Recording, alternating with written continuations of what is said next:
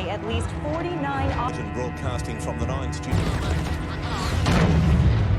Halo Jagger, bagaimana kabarnya? Semoga kalian baik-baik saja ya. Bagaimana film Pacific Rim sebelumnya? Seru kan? Kali ini Mimin akan membawakan sequel keduanya guys, Pacific Rim Uprising yang rilis pada tahun 2018. Kalau belum nonton sequel pertama, Mimin sarankan kalian buka deskripsi video ini lalu tekan link nonton sequel pertama agar tidak gagal paham dan mudah memahami cerita sequel kedua ini guys. Oke, di awal film kita sedikit diajak flashback pada film sebelumnya yang menceritakan tentang serangan monster kaiju yang muncul di portal antar dimensi yang terletak di dasar Samudra Pasifik. Monster-monster itu dikirim oleh para ras alien yang disebut sebagai Precursor. Berkat pengorbanan Marshal Stacker Pentecost dan Chuck Hansen, Raleigh dan Mako Maori berhasil menghancurkan portal antar dimensi. Dan umat manusia selamat dari ancaman kiamat. Kini 10 tahun berlalu, dunia masih dalam proses pemulihan. Sisa-sisa peperangan masih menjadi saksi sejarah kengerian kaiju. Dia adalah Jack Pentecost, anak dari Marshal Stacker Pentecost. Di film sebelumnya hanya diceritakan kalau Marshal Stacker Pentecost memiliki anak angkat yaitu Mako Maori. Ternyata dia memiliki anak kandung bernama Jack Pentecost. Lalu, apakah Jack sehebat dan setangguh ayahnya? Apakah kaiju masih berdatangan ke bumi? Penasaran kan? Langsung saja kita masuk ke alur ceritanya dan lanjut.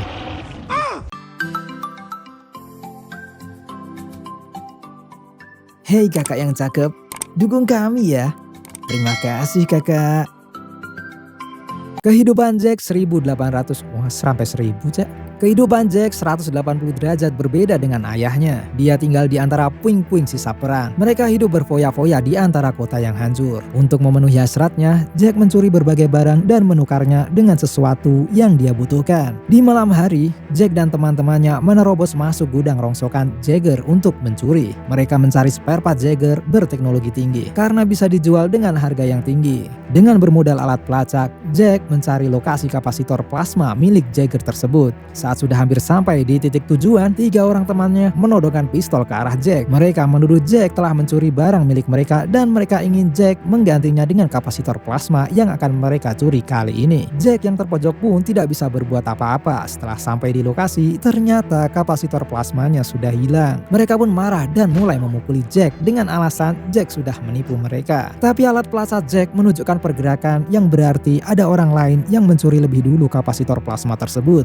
Jack pun mengajak mereka untuk mengejarnya, tapi bohong. Dengan bermodal otak cerdasnya, Jack pun adu mekanik dengan mereka meskipun mereka membawa senjata dan mereka pun dijebak. Jago kali si Jack ini kan? Jack pun melihat orang yang mencuri kapasitor plasma, berlari dan mulai mengendarai motornya. Tak selang lama datang mobil patroli pasukan keamanan mengejarnya. Esoknya terlihat si pencuri kapasitor plasma memasuki sebuah ruangan. Kemudian Jack masuk lewat jendela. Ternyata dia berhasil mengikuti kemana sosok ini pergi dengan alatnya. Di dalam terdengar suara mesin dan Jack pun mengikutinya. Suara itu berasal dari Jagger Mini di depannya. Tiba-tiba sosok itu menyerang Jack dari belakang, tapi malah dia yang terkapar. Ternyata sosok itu seorang cewek remaja bernama Amara Namani. Jack bertanya, kau curi dari mana Jagger Mini ini? Namani bilang kalau Jagger itu bernama Scrapper, buatannya sendiri, bukan mencuri. Cuman spare partnya aja hasil curian. Jack punya ide untuk dijual saja Scrapper itu, nanti dapat duit bisa dibagi 2. Tapi Namani bilang tidak mau menjualnya berapapun. Di luar terdengar sirine polisi telah mengepung lokasi itu. Namani langsung lari memasuki Jagger miliknya. Jack yang kebingungan pun akhirnya mengikuti Namani masuk ke dalam Jagger.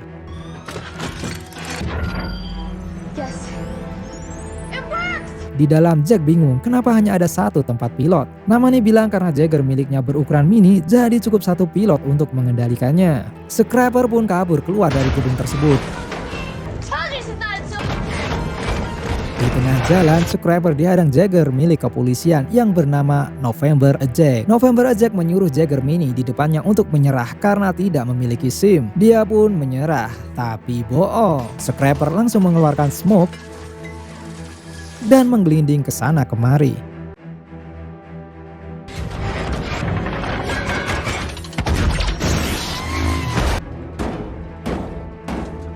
Tapi bagaimanapun Scrapper bukan tandingan November Jack dan mereka pun ditahan. Di dalam tahanan, Jack dan Namani pun saling curhat tapi ngegas. Jack kemudian dipanggil oleh petugas kepolisian karena ada orang yang ingin menemuinya. Di dalam ruangan, di depan Jack muncul hologram seorang yang tak asing lagi. Kenal kan? Dia adalah Mako Mori yang berhasil meledakkan portal dimensi bersama Raleigh di film sequel pertama. Karena Jack adalah anak dari mendiang Marshal Stacker Pentecost, jadi Mako ini adalah kakak angkat bagi Jack. Mako terlihat ngenes dengan kelakuan adiknya yang barbar. Jangan pikir hidup foya-foya mati masuk surga Bang Jack. Jack pun meminta bantuan kepada kakaknya yang seorang perwira untuk membebaskannya. Tapi Mako meminta kesepakatan agar Jack kembali ke pangkalan pilot Jagger untuk membantunya melatih para calon pilot Jagger. Dan Mako memerintahkan Namani juga harus ikut serta Akademi Pilot Jagger, Moyulan, Satterdome, China. Jack dan Namani sampai. Namani bertanya kenapa dia dibawa ke sini. Jack bilang kalau Namani sudah berhasil membuat dan mengendalikan Jagger. Hal itu membuat perwira Mako tertarik. Namani pun melongo melihat Jagger Valor Omega berjalan di depannya. Baginya itu seperti mimpi. Tak lama datang heli membawa Scrapper miliknya dan auto ngomel dong. Mereka disambut Ranger Nate Lambert, mantan rekan satu tim Jack dulu. Namani pun kaget ternyata Jack yang kayak orang urakan dulunya adalah Ranger dan anak dari Marshal Stacker Pentecost, pahlawan dunia. Di dalam markas lagi-lagi Namani melongo melihat para Jagger-Jagger terkenal. Jagger Titan Redeemer, Jagger Bracer Phoenix yang dikendalikan dengan 3 pilot, Jagger Saber Athena yang tercepat di bumi saat ini. Namani pun bertanya kepada Ranger Nate dia menjadi pilot Jagger apa. Nate pun menjawab Jagger Gypsy Avenger. Kemudian datang Jules Reyes, teknisi para Jagger, yang menyapa heran melihat Jack yang kembali ke Satterdome. Nate pun mengantar Namani ke asrama calon pilot Jagger bergabung bersama teman-teman yang lainnya. Tapi di dalam asrama, Victoria Malikova merasa tidak senang dengan kehadiran Namani. Jinhae pun membantu Namani dan menjelaskan kalau Malikova jengkel karena dia harus mencoba hingga 3 kali untuk lulus ujian masuk, sedangkan Namani tidak. Jinhae membantu Namani agar bisa akrab dengan Malikova dengan mengajarkan bahasa Rusia kepada Namani. Di sini terlihat kaiju menyerang kota. Jagger Titan Redeemer pun menghadapinya, tapi gagal.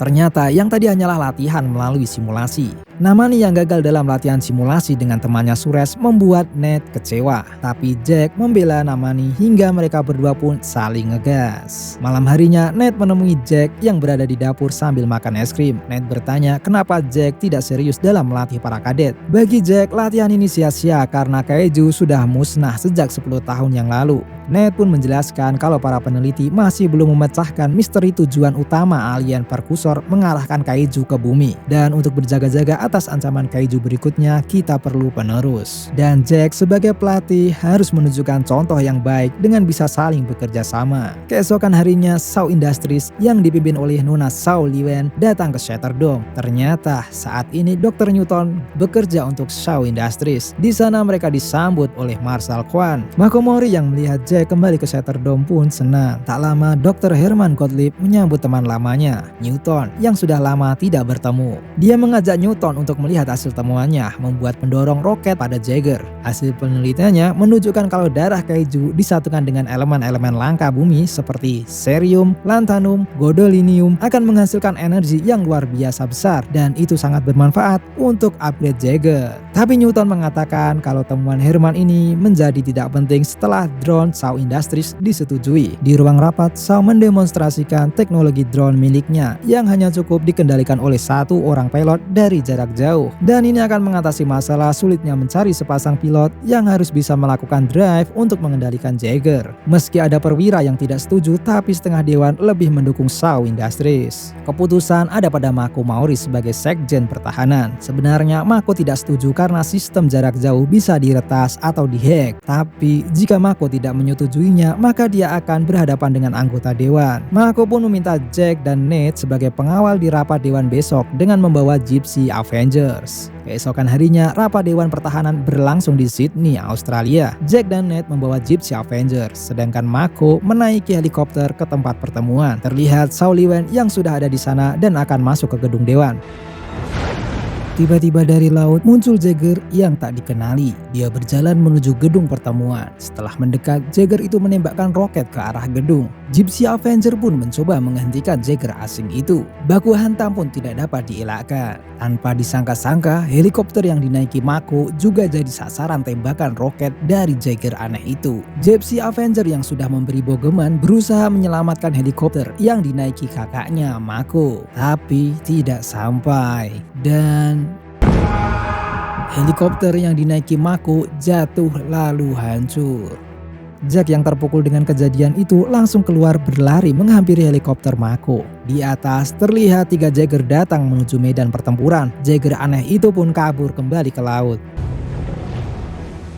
Shatterdome, Jack yang masih bersedih bertemu Namani yang galau akan hasil latihannya. Melihat Namani yang pantang menyerah pun membuat hati Jack untuk membantu Namani latihan drive simulasi. Di dalam drive, Jack melihat memori Namani. Dia dan keluarganya sedang berada di jembatan tepi laut. Tiba-tiba kaiju muncul dari laut dan seluruh keluarganya mati dilibas kaiju di depan kedua matanya. Jack segera menghentikan drive itu karena takut Namani terjebak di dalam drive. Jack kemudian mendapatkan panggilan untuk menemui Marshall. Ternyata Mako Mori sempat mengirimkan pesan sebelum helikopternya hancur. Setelah diselidiki, Dr. Gottlieb mengatakan Jagger aneh yang menyerang bernama Obsidian Fury. Dan di dalam pesan Mako terlihat seperti lambang yang masih belum bisa dipecahkan oleh Dr. Gottlieb. Dan Marshall juga penasaran siapa yang mengendarai Jagger aneh itu. Beralih ke Shaw Industries. Shaw menyuruh Newton untuk mempersiapkan peluncuran seluruh drone dalam 48 jam karena dalam rapat darurat para dewan telah menyetujui peluncuran drone miliknya. Sampai di rumah Newton ternyata dia masih menyimpan otak kaiju dan berkomunikasi dengan melakukan drive. Sudah mulai aneh ini orang. Di dalam asrama terjadi cekcok antara Victoria dan Amani. Awalnya hanya saling sindir, tapi karena tangan mereka udah pada gatel langsung dah.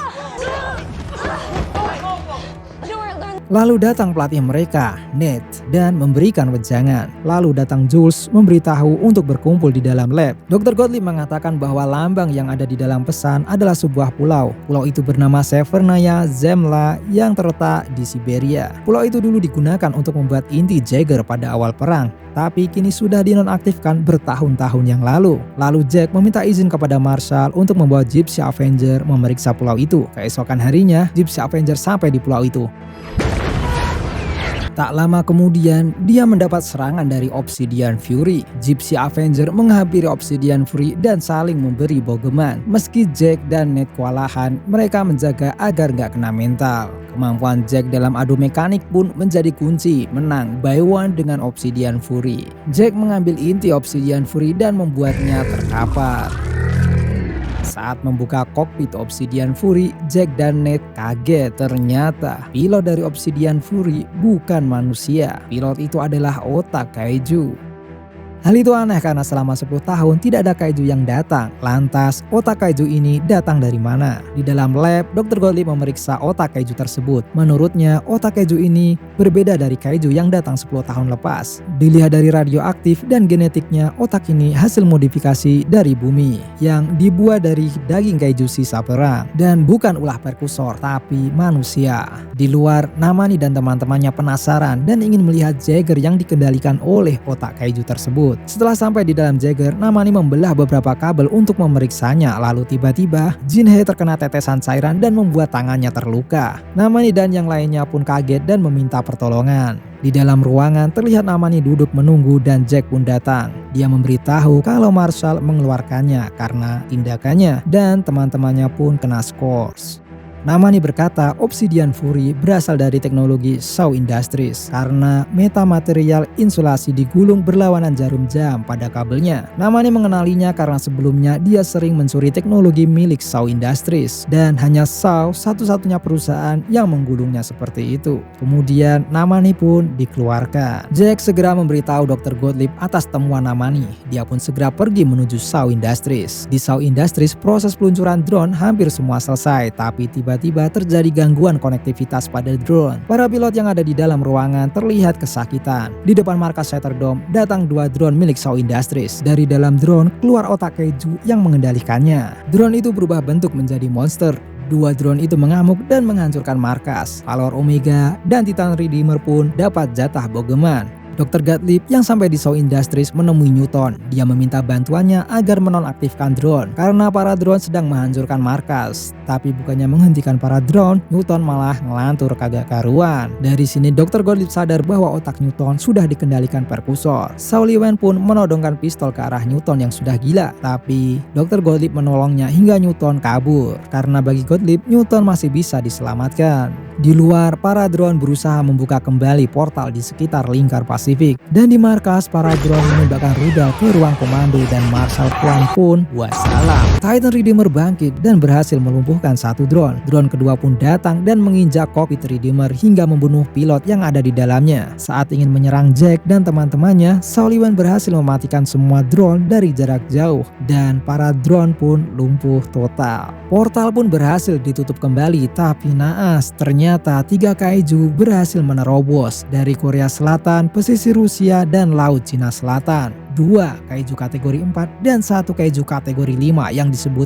Raijin. Dan kini hanyalah Gypsy Avenger yang masih bisa digunakan. Di langit terlihat banyak pesawat dari Shaw Industries. Mereka datang untuk memberikan bantuan memperbaiki Jaeger guna melawan kaiju. Dari radar terlihat pergerakan kaiju menuju Gunung Fuji Jepang. Dr. Gottlieb mengatakan kalau di dalam Gunung Fuji terdapat banyak sekali elemen langka bumi dan jika disatukan dengan darah kaiju akan terjadi ledakan yang besar dan itu akan menyalakan cincin api di sekitar lingkar Pasifik. Miliaran ton gas beracun dan abu akan dimuntahkan ke atmosfer, kemudian memusnahkan semua kehidupan dan membentuk ulang bumi untuk para prekursor. Untuk itu mereka harus sampai di sana tepat waktu sebelum para kaiju beraksi. Tapi itu mustahil karena jaraknya yang begitu jauh. Ned pun bertanya dengan Dr. Gottlieb, bagaimana dengan roket pendorongmu? Dr. Gottlieb bilang dia bisa mempersiapkannya tapi belum diuji coba karena waktu mereka yang tidak banyak jadi tidak ada pilihan lain selain menggunakannya. Saber Athena, Guardian Bravo, Bracer Ponic, dan Gypsy Avenger siap digunakan. Kini tinggal mencari pilotnya karena yang lain sudah meninggal saat penyerangan drone. Dengan terpaksa, Jack menurunkan para kadet untuk mengoperasikan Jaeger. Jack pun berkata, kali ini bukan latihan, tapi misi menyelamatkan bumi. Sekali lagi, kelangsungan hidup umat manusia dipertaruhkan kali ini. Namani, Jinhae, dan Victoria mengendalikan Bracer Ponic. Suresh dan Ilya mengendalikan Guardian Bravo. Renata dan Royce mengendalikan Saber Athena. Jack dan Ned mengendalikan Gypsy Avenger. Dengan menggunakan roket peluncur buatan Dr. Gottlieb, mereka menuju Jepang. Di Jepang, para kaiju sudah berada di kota Tokyo. Mereka membabi buta menghancurkan kota. Orang-orang berlarian berlindung di dalam bunker anti kaiju. 4 Jaeger pun mendarat di hadapan para kaiju. Sambil menunggu penduduk berlindung di dalam bunker, mereka menyusun formasi untuk melawan kaiju. Jack memberi arahan pada Guardian Bravo dan Saber Athena menyerang 2 kaiju kategori 4. Sedangkan Gypsy Avenger dan Bracer Ponic menyerang Raijin, kaiju kategori 5. Dan baku hantam pun terjadi. Para kaiju dan Jaeger saling bertukar bogeman. Meskipun para pilot masih status kadet, tapi kerjasama mereka sangatlah baik. Mereka saling bantu sehingga membuat para kaiju terpojok. Kaiju kategori 4 tumbang 1 oleh Saber Athena. Di sini Raijin mampu menyerap pukulan Gypsy dan mengembalikannya sehingga Gypsy terlempar jauh. Kemudian dia menggunakan gedung untuk menahan Kaijin. Di saat seru-serunya pertarungan, si antek-antek kaiju datang untuk membantu saudaranya. Kaiju, udah ada feeling nih orang digeprek sama kapal tokang di sequel pertama kan? Si antek-antek ini mengeluarkan drone kecil dari cabang Shaw Industries di Tokyo. Mereka dapat masuk dan bersatu ke dalam tubuh kaiju dan membuat 3 kaiju itu bergabung menjadi satu, menjadi Mega Kaiju. Jack pun menyuruh semua Jaeger menembakkan semua senjata yang mereka miliki. Tapi kekuatan kaiju lebih overpower. Sekali geprekan aja semua Jaeger terpental. Bracer Ponic yang sudah kena mental dan ingin mengajak Mega Kaiju by one. Yang terjadi malah dia dikeprekkan di gedung-gedung sekeliling hingga hancur. Dan orang ini seneng dong. Markas memberitahu letak titik lemah Mega Kaiju dan Saber Athena berhasil mengenai titik lemah tersebut. Dia pun mengamuk menghancurkan Titan Redeemer dan Saber Athena. Untungnya Namani Amara, Jinhae, dan Victoria berhasil keluar menyelamatkan diri melalui pos. Kini hanya tersisa Gypsy Avenger. Kaiju pun menghajarnya habis-habisan. Ned yang terluka membuat Gypsy lumpuh. Jack berusaha menggerakkan seorang diri tapi tidak mampu. Melihat itu Namani pun masuk menggantikan Ned. Melihat Kaiju yang sudah hampir menuju puncak Gunung Fuji, mereka pun panik karena dunia segera berakhir. Tapi Jack berkata masih ada cara lain. Jack pun membutuhkan roket untuk terbang ke langit. Segera Scraper yang dikendalikan dari jarak jauh pun datang membawa harapan terakhir. Dengan susah payah Scraper mengambil roket dan mengelas roket itu ke tangan Gypsy dan mulai meluncur. Scraper yang telah turun masih menempel pada Gypsy. Sampai atmosfer, Gypsy jatuh dengan kecepatan tinggi dan mengarah ke Kaiju. Dengan bantuan tembakan plasma, Jack mengarahkan posisi ke tempat Kaiju berada. Setelah sasaran terkunci, Jack berencana keluar melalui pods, tapi terjadi kerusakan. Di saat-saat terakhir, Scraper melubangi dinding untuk menyelamatkan mereka. Kini Kaiju sudah berada di puncak Gunung Fuji. Scraper melompat untuk menghindari tabrakan, dan tabrak lari pun terjadi. Kaiju yang jadi korban tewas di tempat. Ketika semua orang bahagia karena berhasil menyelamatkan umat manusia, hanya orang ini yang jengkel. Dan mantap. Ending yang sangat menegangkan. Terima kasih untuk kalian yang sudah subscribe dan setia sampai detik ini guys. Semoga diberikan rezeki yang melimpah, tetap jaga kesehatan, sehat selalu, dan jangan menyerah dengan keadaan. Kalau kalian punya kritik dan saran, tulis saja di kolom komentar ya guys. Seperti biasa, Mimin tunggu di cerita selanjutnya ya. Dan lanjut.